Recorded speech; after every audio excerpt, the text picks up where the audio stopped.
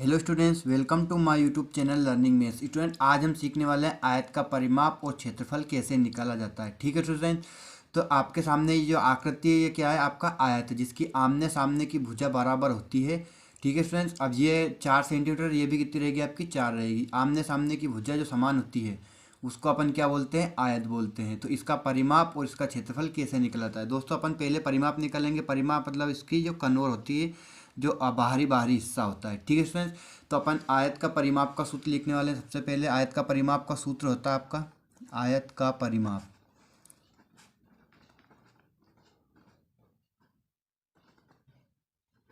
बराबर होता है आपका 2 कोष्टक में लंबाई प्लस चौड़ाई। ये आपका आयत का परिमाप का सूत्र होता है। ठीक है स्टूडेंट्स, अब इसमें लंबाई क्या है आपकी? जो ज़्यादा होती है, जो बड़ी होती है, 4 सेंटीमीटर क्या है इसकी लंबाई है, और चौड़ाई कितनी है आपकी? 3 सेंटीमीटर। ठीक है स्टूडेंट्स, तो अपन मान रखेंगे 2 कोष्टक में लंबाई, लंबाई के स्थान पे क्या लिख लेंगे अपन? 4 प्लस चौड़ाई कितनी है आपकी? चौड़ाई 3 सेंटीमीटर है। तो अपन ने ये मान रख लिया। ठीक है स्टूडेंट, समझ रहे हो ना आप कैसे किया?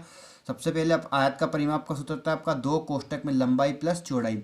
अपन ने 4 लंबाई हो गया इसकी दोनों, और ये इधर की क्या हो गई? आपकी चौड़ाई हो गई। ये क्या होती है? आपकी लंबाई, और ये क्या हो गई? आपकी चौड़ाई। तो लंबाई के स्थान पे अपन ने क्या लिख लिया? 4 प्लस रहता है बीच में, चौड़ाई के स्थान पे क्या लिख लिया अपन ने? 3 लिख लिया। अब सबसे पहले अपने को क्या करना है? इन दोनों को जोड़ना है, ना कि आपका 2 का गुणा करना है। ठीक है स्टूडेंट, सबसे पहले इनको जोड़ लीजिए।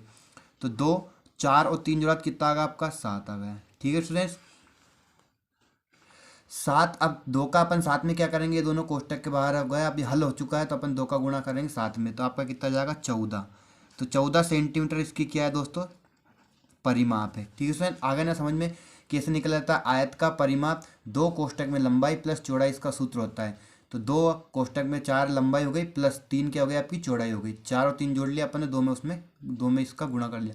अब आपके सामने आयत का क्षेत्रफल परिमाप आप कैसे भी निकाल सकते हो। कोई भी लंबाई दी और कोई भी चौड़ाई दी, लंबाई और चौड़ाई को जोड़ना है, प्लस करना है, और उसमें कितने का गुणा करना है? 2 का गुणा करना है। ठीक है स्टूडेंट, अब आप आयत का परिमाप निकाल सकते हो कि कुछ भी दिया हो, चाहो आपको खेत का परिमाप हो, किसी का परिमाप पूछते हैं क्या रखना है आपको? लंबाई और चौड़ाई को जोड़ना है, उसमें कितने का गुणा करना है? 2 का गुणा करना है, तो वो क्या आ जाएगा? आपका आयत का परिमाप हो जाएगा।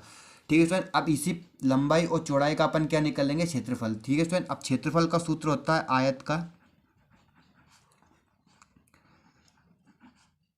क्षेत्रफल। आयत का क्षेत्रफल होता है स्टूडेंट्स लंबाई गुणित चौड़ाई। लंबाई और चौड़ाई का गुणा कर देते हैं तो क्या आ जाता है? आपका आयत का क्षेत्रफल आ जाता है। तो लंबाई क्या है आपकी? 4 गुणा चौड़ाई क्या है आपकी? 3। 4 और 3 का गुणा कर देंगे, 4 3 कितना जाएगा आपका? 12। हमेशा मैं बताता हूँ मात्रा की घात 2 आती है सेंटीमीटर। सेंटीमीटर मात्रा की घात कितनी आएगी आपकी? 2 आएगी। तो इस तरह से आपका लंबाई आयत का पर क्षेत्रफल कैसे निकाल रहे हैं? लंबाई गुणा चौड़ाई। लंबाई और चौड़ाई को आपको गुणा करना है, क्या जाएगा आपका? 12 सेंटीमीटर क्या आएगा आपका? आयत का क्षेत्रफल। अब स्टूडेंट्स, अब एक टाइप और लेते हैं जिसमें आपको परिमाप दिया हो और क्या निकालना है दोस्तों? आपको लंबाई या फिर चौड़ाई, कुछ भी एक चीज़ पूछ सकते हैं। तो लंबाई पूछ सकते हैं या फिर क्या पूछ सकते हैं? चौड़ाई पूछ सकते हैं। तो अपन क्या करेंगे? सबसे पहले दोस्तों आयत का क्षेत्रफल दिया है, मान लो अपन आगे बढ़ते हैं स्टूडेंट। अब स्टूडेंट्स, एक सवाल है आपका कि आयत का परिमाप दे रखा है 22 सेंटीमीटर तथा लंबाई दे रखी है आपको, आपसे क्या पूछा है? चौड़ाई। ये लंबाई या फिर चौड़ाई पूछे तो उस सवाल को कैसे हल किया जाता है? तो अपन ने को जो दे रखा है उसको लगाएंगे। क्या दे रखा है? आयत का परिमाप। तो अपन किस क्या लगाएंगे इसमें? आयत का परिमाप। आयत का परिमाप जो दे रखा है उसका सूत्र लगाते हैं स्टूडेंट्स। अब आपको आयत का परिमाप का सूत्र होता है 2 कोष्टक में लंबाई प्लस चौड़ाई। ठीक स्टूडेंट्स, अब अपन मान रहेंगे परिमाप कितना आपका? 22 बराबर 2 अपन ने लिख लिया। लेंथ कितनी है आपकी? लंबाई 5 प्लस ब्रीथ आपको निकालना है, तो यहाँ पर या तो आप चौड़ाई लिख सकते हो या फिर क्या लिख सकते हो? बी भी लिख सकते हो। ब्रीथ मतलब चौड़ाई होता है। अब ऐसे में आपको क्या करना है दोस्तों? ये 2 गुणे में है 2, सबसे पहले इस 2 को अपन बराबर को उधर भेजेंगे तो बटे में जाएगा। तो अपन 22 बटा क्या हो जाएगा आपका? 2 बराबर क्या बचा? 5 प्लस चौड़ाई। चौड़ाई निकालना है आपको, तो 2 कहाँ जाएगा? सबसे पहले बटे में। 2 से अपन ने 22 को काट लिया, कितनी बार में गया? 11 बार में। अब आपका क्या बचा? 11 बराबर 5 प्लस चौड़ाई। अब आपको पता है पक्षांतर नियम से कि 5 प्लस में है चौड़ाई के, चौड़ाई का मान निकालना है, तो अपन 5 इधर जाएगा तो किसका हो जाएगा? माइनस का। तो ये 11 के किस में जाएगा? माइनस में जाएगा। बराबर आपका क्या आएगा? चौड़ाई। अब अपन इनको दोनों को घटा लेंगे, तो यह करके लिखते हैं दोस्तों।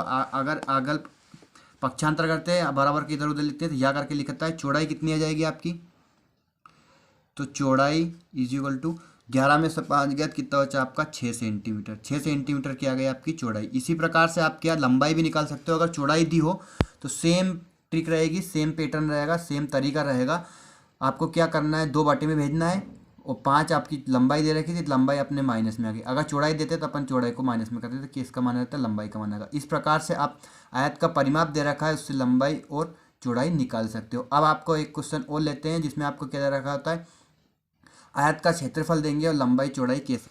स्टूडेंट्स आपका अगला सवाल है कि आयत का क्षेत्रफल 25 सेंटीमीटर स्क्वायर दे रखा है, आपको स्क्वायर लगाना मत भूलना, तथा लंबाई 5 सेंटीमीटर है, तब आपको चौड़ाई ज्ञात करना है। तो अब आपको क्या दे रखा है, आयत का क्षेत्रफल। तो अपन क्या सूत्र लगाएंगे आयत का क्षेत्रफल का, आयत का क्षेत्रफल बराबर क्या होता है आपका लंबाई गुणा चौड़ाई। लंबाई गुणित चौड़ाई होता है। अपन क्षेत्रफल के स्थान पे लिख लेंगे, आपको कितना दे रखा है 25, तो अपन क्षेत्रफल कितना लिख लिया 25।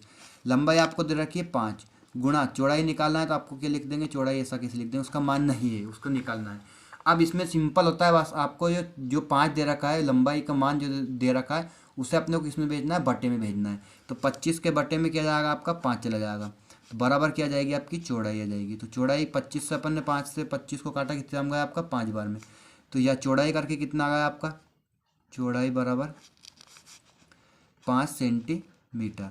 तो इस प्रकार से आप क्षेत्रफल दे रखा है तो उससे आप क्या निकाल सकते हो, लंबाई और चौड़ाई निकाल सकते हो। जो दे रखा है उसको सूत्र लगाना है, और जो 5 चौड़ाई गुणे में है, दोनों चौड़ाई के गुणे में है 5, तो अपन ने कहा भेज दिया, इसको बट्टे में भेज दिया। ठीक है स्टूडेंट, समझ गया होगा आप आयत का क्षेत्रफल और परिमाप कैसे निकल जाता है, और परिमाप और क्षेत्रफल से लंबाई और चौड़ाई कैसे निकल जाती है। ये 4 टॉपिक है, इसमें अब आप इस टाइप के किसी भी सवाल को, आयत के सवाल को आप आसानी से हल कर सकते हो। ठीक है स्टूडेंट, अब हर सवाल में मैं आपको